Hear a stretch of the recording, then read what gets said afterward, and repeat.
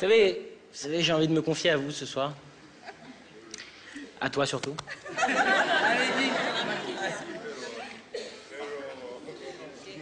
Pero rien du tout. Je suis en train de penser, si je me mets comme ça à m'asseoir avec vous, c'est parce que d'abord j'ai mal aux jambes. Et aussi parce que je suis en train de me rappeler, je vous parle de l'adolescence depuis tout à l'heure, je vous parle de l'école, je vous parle à quel point c'est dur. Mais il y a un truc dont je vous ai pas parlé, c'est quand même quelque chose d'hyper important dans l'adolescence, c'est les filles. Bon, alors il y a eu 0 réaction, on n'a pas de filles ce soir, c'est cool. C'est les filles. Moi, je suis sorti avec ma première meuf, hein, ma première copine, j'avais 15 ans, et elle aussi. Et déjà, il faut savoir un truc, c'est qu'à 15 ans, une meuf, que tu le veuilles ou pas, elle est hypocrite. Elle est hypocrite. Exemple, une meuf de 15 ans qui te dit « Oula, toi, t'as fait la fête hier soir. » Ça veut dire « Toi, t'as une sale gueule aujourd'hui. » Une meuf de 15 ans qui te dit, et ça, tout le monde l'a déjà entendu au moins une fois dans sa vie, cette phrase. « Il est pas beau, mais il a un truc. » Bah ça, les mecs, ça veut dire... Il pourrait sortir avec une fille, hein, mais ce sera pas moi.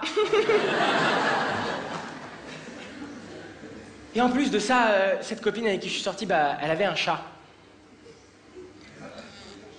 Elle avait un chat. Ça choque personne? Elle avait un chat. C'est comme le pire animal du monde, le chat, non? Ok. C'est quoi, il y a une fédération de chats ici ou quoi? Non, mais sans déconner, il y a des gens qui ont des chats dans la salle? Ah, bon. Non, franchement, le chat, c'est quand même le pire animal du monde. Moi, parfois, j'étais avec elle, tu sais, on était bien, on était super, elle me parlait, elle me racontait sa vie. Et moi, je l'écoutais pas elle, j'écoutais son chat qui était sur ses genoux, tu sais, il était là. Et j'arrivais à lire rien que dans ses yeux ce qu'il voulait me dire, cette saloperie, là. Tu sais, il était là, comme ça, il me regardait, comme ça.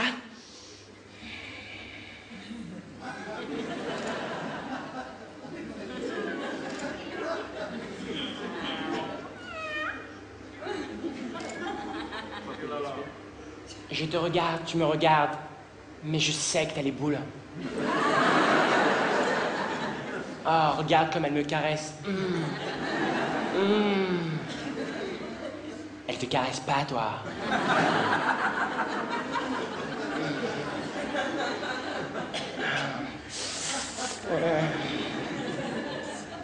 En plus, moi, si je saute du 3e étage, bah, je me fais pas mal. Toi, si tu sautes, t'es mort. Et si tu me crois pas, demande à Marie-Carmen.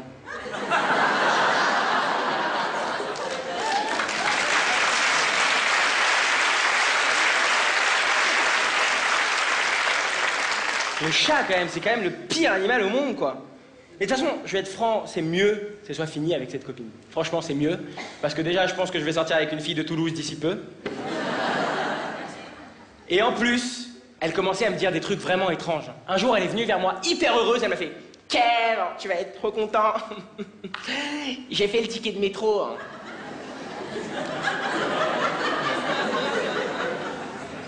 J'ai flippé grave. Je savais pas ce que c'était le ticket de métro. Quand elle m'a dit ça, j'ai cru que son esthéticienne avait fait un pacte avec la RATP ou... Sérieux? Comment ça s'appelle la RATP à Toulouse? L'esthéticienne? Tisséo? Tisséo. Piano. C'est bon, on vous l'a déjà fait 13 fois, ça y est. Sérieux? Je pensais qu'elle avait fait un pacte, sans déconner, ticket de métro. Un mois plus tard, je suis sorti avec une rousse. Je lui ai dit, ne me dis rien, je sais que t'as fait la carte orange.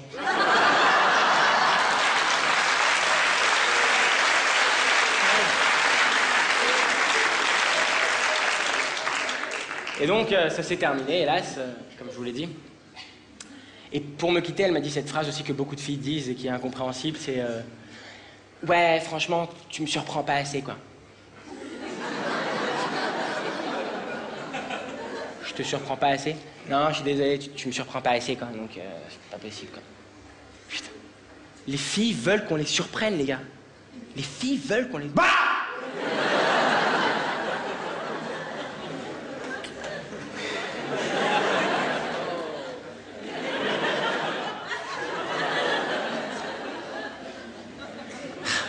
Et donc, après cette copine, ce que j'ai fait, c'est que je me suis rabattu sur la seule femme, je savais qu'elle me lâcherait jamais. Ma mère. Ma mère, merci, elle appréciera. Et le seul problème avec ma mère, c'est qu'on a un peu mal choisi nos dates. C'est-à-dire que moi, pendant que j'étais dans la crise d'adolescence, elle était en train d'arrêter de fumer. Et donc moi, ce que je faisais, comme je savais qu'une personne qui est en train d'arrêter de fumer, c'est quand même quelqu'un qui est assez... hein, on le sait, hein. Et ben moi, ce que je faisais, c'est que tout était nickel à la maison. Je faisais tout parfait pour qu'elle ait rien à me reprocher. Donc ma mère rentrait chez moi comme une personne normale qui est en train d'arrêter de fumer. Bonsoir.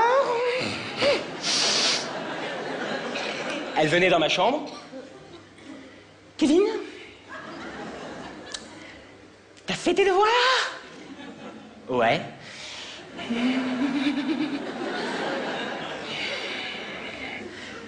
T'as rangé ta chambre? Ouais.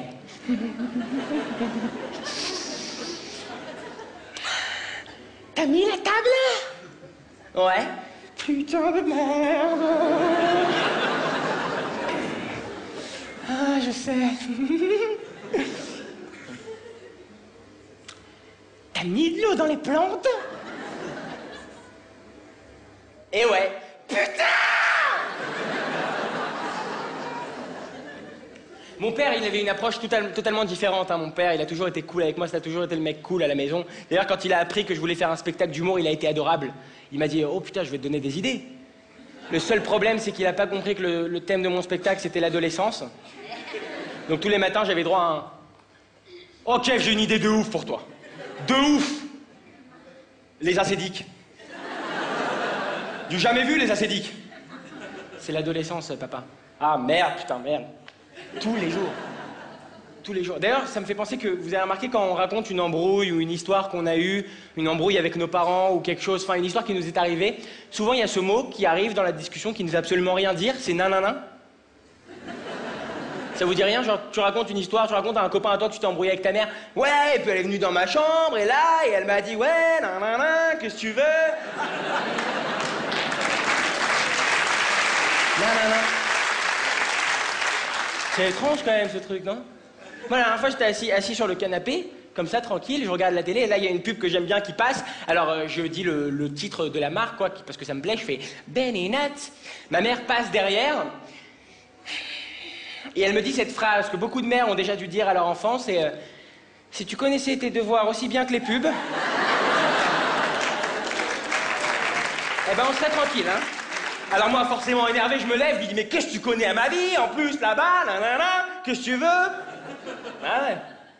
Et ma mère, en parlant d'elle, la dernière fois, je rentre chez moi, enfin, je me rappelle, tout ça, c'est des souvenirs. Je rentrais chez moi affamé de l'école, parce que à cet âge-là, on est souvent affamé, c'est pour ça qu'on pèse 150 kilos. Et je rentrais souvent affamé chez moi, et je faisais « Maman, j'ai faim !» Et elle me disait souvent cette phrase qui peut te tuer un homme qui a faim, c'est « Bah, prends un yaourt !» Prends un yaourt.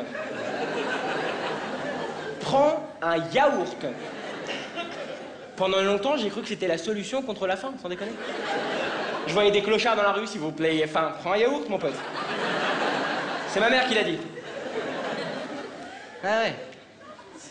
Vous allez bien, Toulouse, ce soir? Ouais. Moi aussi. Je suis triste parce que je suis en train de me dire, il faut que tu dises des trucs parce qu'il te reste plus qu'une seule vanne, après tu vas devoir partir. Qu'est-ce que je peux vous dire?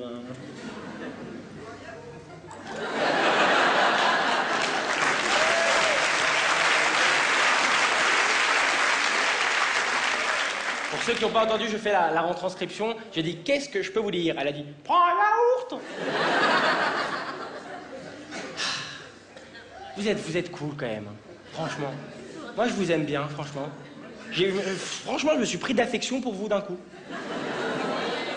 Vous aussi? Oui. Ah, et puis... Marie-Carmen, tout le monde, quoi. C'est dingue, hein, comme quoi ça peut venir vite, Mr. Tam Tam. Et au fond, il y a des noms au fond ou pas? Lancez-moi un nom du fond. Lulu? Là, si vous dites tous en même temps, on va pas entendre, hein. Parce que moi, j'entends des Chris Nick. Pauline? Ah, c'est un nom du fond, ça, c'est... C'est pas grave, ça va revenir à la mode un jour, c'est pas grave. Je vous parlais de ma mère depuis tout à l'heure.